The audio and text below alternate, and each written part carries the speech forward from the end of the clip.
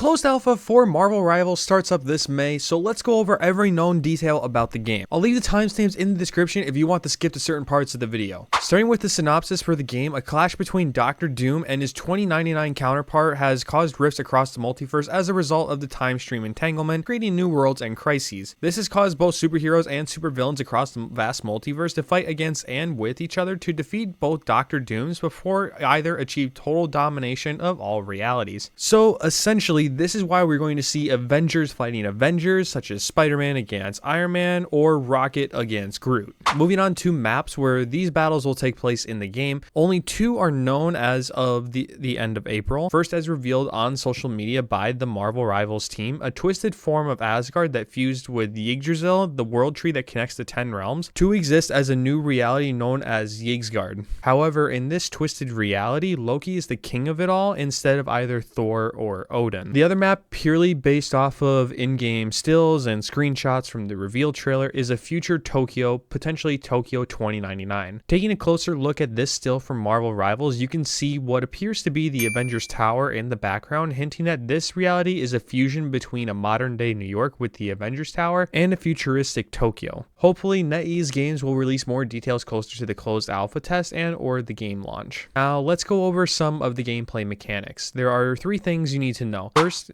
games will be 6v6 third-person POV style games. Given that this game will launch on Steam, you will be able to team up with up to 5 of your friends to fight alongside. Second, the environments are destructive. What I mean by that is you are able to break into buildings or blow apart the walls to be an alternative passage. If you ever played the finals, you'll know how you can break buildings apart and have the debris be part of the battlefield. The same principle is applied to Marvel Rivals, making the strategy for this game a lot more advanced than that of knowing what corners to play around. Lastly, with each character in the game, there are team-up abilities. This was revealed in the trailer with the iconic duo of Rocket Raccoon and Groot. Rocket is able to hop on his back and start blasting his enemies. Another team-up we saw is between Hulk and Iron Man, where Hulk shares some gamma radiation to power the repulsor blast of Tony Stark. If I may add, this looks incredibly similar to Avengers Endgame, where Thor summoned lightning to send into the back of Tony Stark's nanotech armor to then blast at Thanos. I'm curious to see some of the other team-ups when the closed alpha of the game launches. Also,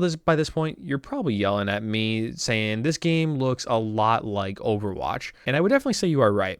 The anime art style with the 6v6 gameplay with characters having what seems like ultimate abilities. We saw this with the Loki in the trailer, how he is able to steal the powers of another player he is looking at. In this case, the Black Panther. Let me know what other ultimate abilities you want to see for each character in the comments down below. Speaking of characters, let's go through the expected roster for the closed alpha. There are 18 characters expected to be playable with confirmation from NetEase Games that more will be added in the future. First, we have the Rage Monster Hulk, where it seems like you will have the ability to also play as Bruce Banner before getting angry. Next are the mutants Storm and Namor. We only saw a playable perspective with Namor using his trident in the trailer, which I thought looked pretty sick. Then is Loki, where we have a little bit more information thanks to a video that Marvel Rivals posted on their social media as a full breakdown of his expected abilities. His passive ability appears to be using his mischief to create a fake version of himself so he can visibly flee from combat. It also appears that there's a separate ability that allows him to spawn a fake version of himself, but then give the player the option to teleport to that clone. Then there is his ultimate ability, which was alluded to in the reveal trailer, where he temporarily becomes another character on the battlefield, having their abilities and powers for a brief time. Loki's reveal kit also tells us what we can expect each of the playable characters to have as a similar array of abilities, where 3 of them are on shorter cooldowns and the ultimate having to charge up over a longer period of time. I like that NetEase Games are utilizing these mechanics with this genre, as this will be an entirely new area for Marvel. Moving on, the next character we have is Doctor Strange, where the powers for this character seem pretty traditional with his aptitude for magic and the ability to open portals. Up next is the fan favorite Spider-Man. Fun fact, this character is actually voiced by Yuri Lowenthal, who was the voice of Peter Parker in the Insomniac Games PlayStation titles. I'm really excited to see what Spider-Man's kit is, since he has been my favorite character ever since I was a kid. Then there's the King of Wakanda himself, the Black Panther. This is another character kit that I'm really looking forward to seeing, as it seems that each hero or villain will need to have some sort of range attack. So let's hope for more info on this, especially with the Black Panther close closer to launch. Next, we have Magic, who is a hybrid between the Mystic Arts and a mutant. She'll still have her sword that she has in the comics in this game, where we already got to see some of that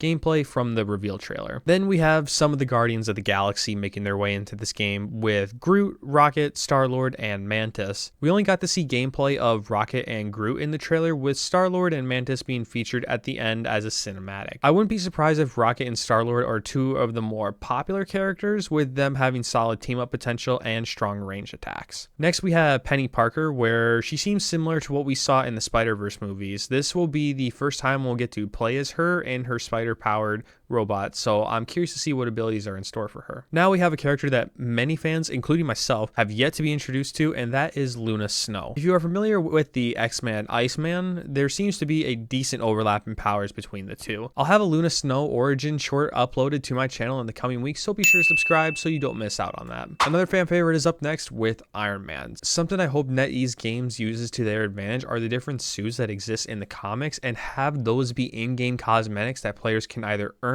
or purchase. I would love to get to play as either the Nanotech Mark 50 suit from Avengers Infinity War, or even the Superior Iron Man suit from the comics. The last three characters were all revealed at the end, with Scarlet Witch, Cable, and Magneto. With these characters gaining more popularity from projects with Marvel Studios, I think this is a perfect way to round out the initial 18 playable characters. Let me know who you are going to play as first in the comments down below. Now, you heard me mention closed alpha a few times in this video, and some of you may be wondering when that is. Currently, no solid date has been posted, but the latest word from Marvel Rivals is sometime this May, with no official launch date in mind, likely depending on how well the closed alpha and beta testing periods go for them. If you haven't signed up for the closed alpha, I'll put a link to the form in the description down below of this video so you can fill it out as soon as possible. One thing that we do know will be at launch is that the game will be 100% free to download. My guess is that we will then see some of those in-game purchases I mentioned earlier, with potential in-game cosmetics for the different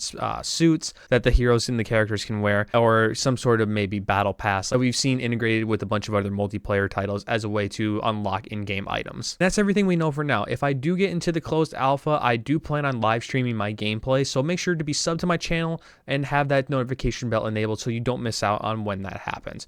As always, have a great rest of your day wherever you may be.